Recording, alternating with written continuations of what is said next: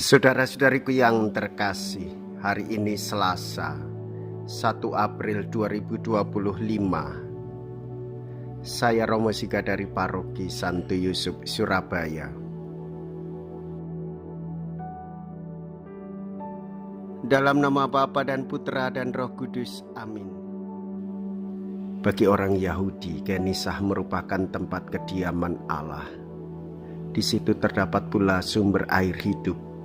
Kemana saja sungai itu mengalir, semua yang ada di sana hidup. Yesus menyembuhkan seorang penderita di tempat pemandian, jasmaniah dan rohaniah.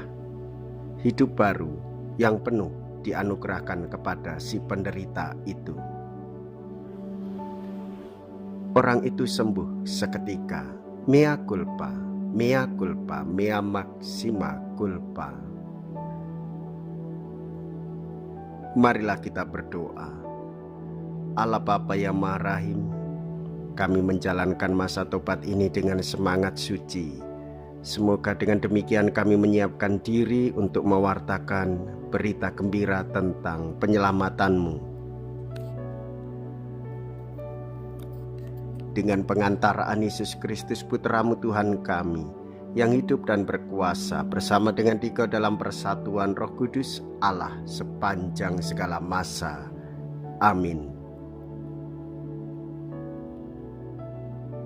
Tuhan bersamamu dan bersama rohmu. Inilah Injil suci menurut Yohanes. Dimuliakanlah Tuhan. Yohanes bab 5 ayat 1 sampai dengan 3a, dilanjutkan dengan ayat 5 sampai dengan ayat 16. Sesudah itu ada hari raya orang Yahudi, dan Yesus berangkat ke Yerusalem.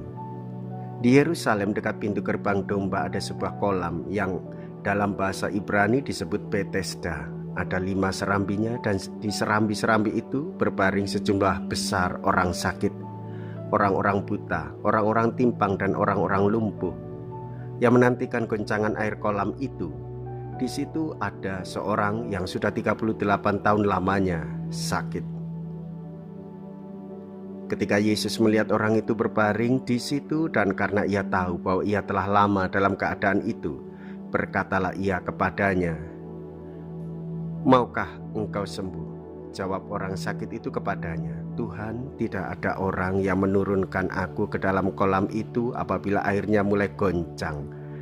Dan sementara aku menuju ke kolam itu, orang lain sudah turun mendahului aku." Kata Yesus kepadanya, "Bangunlah, angkatlah tilammu dan berjalanlah." Dan pada saat itu juga sembuhlah orang itu, lalu ia mengangkat tilamnya dan berjalan. Tetapi hari itu hari Sabat. Karena itu orang-orang Yahudi berkata kepada orang yang baru sembuh itu, "Hari ini hari Sabat dan tidak boleh engkau memikul tilammu." Akan tetapi ia menjawab mereka, "Orang yang telah menyembuhkan aku, dia yang mengatakan kepadaku, 'Angkatlah tilammu dan berjalanlah.'" Mereka bertanya kepadanya, "Siapakah orang itu yang berkata kepadamu, 'Angkatlah tilammu dan berjalanlah'?" Tetapi orang yang baru sembuh itu tidak tahu siapa orang itu, sebab Yesus telah menghilang ke tengah-tengah orang banyak di tempat itu. Kemudian Yesus bertemu dengan dia dalam bait Allah, lalu berkata kepadanya, "Engkau telah sembuh. Jangan berbuat dosa lagi, supaya padamu jangan terjadi yang lebih buruk." Orang itu keluar lalu menceritakan kepada orang-orang Yahudi bahwa Yesuslah yang telah menyembuhkan dia. Dan karena itu orang-orang Yahudi berusaha menganiaya Yesus, karena ia melakukan hal-hal itu pada hari Sabat. Demikianlah sabda Tuhan. Terpujilah Kristus. Saudara-saudariku yang terkasih, Yesus menyembuhkan orang sakit pada hari Sabat. Yesus mengatakan jika kita berkata bahwa kita tidak berdosa, maka kita menipu diri kita sendiri dan kebenaran tidak ada di dalam kita. Jika kita mengakui dosa-dosa kita, maka Ia adalah setia dan adil, sehingga Ia akan mengampuni segala dosa kita dan menyucikan kita dari segala kejahatan. Itu terungkap dalam 1 Yohanes bab 1 ayat 8 sampai dengan 9. Oleh sebab itu kita perlu bertobat. Kita tahu bahwa Yesus menyembuhkan menjadi pembelajaran bagi kita. Ia menyembuhkan lahiriah dan jasmaniah.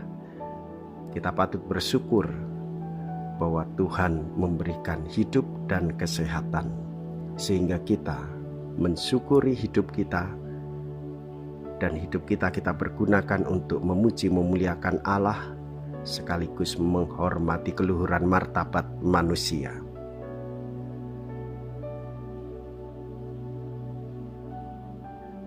Jikalau kita berani hidup menderita dalam Yesus, maka kita pun akan dipermuliakan di dalam Kristus. Terpujilah nama Yesus, Bunda Maria dan Santo Yosef untuk selama-lamanya. Marilah kita berdoa. Allah Bapa, sumber pembaruan hidup, bersihkanlah dan baruilah kiranya hati kami berkat anugerah surgawi. Semoga kami Kau limpahi bantuan-Mu untuk hidup bahagia dengan pengantaraan Kristus Tuhan kami. Amin. Tuhan beserta kita sekarang dan selama-lamanya.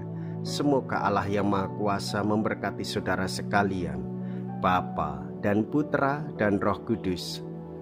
Amin. Saudara-saudariku yang terkasih, pergilah. Ibadah sabda sudah selesai. Syukur kepada Allah.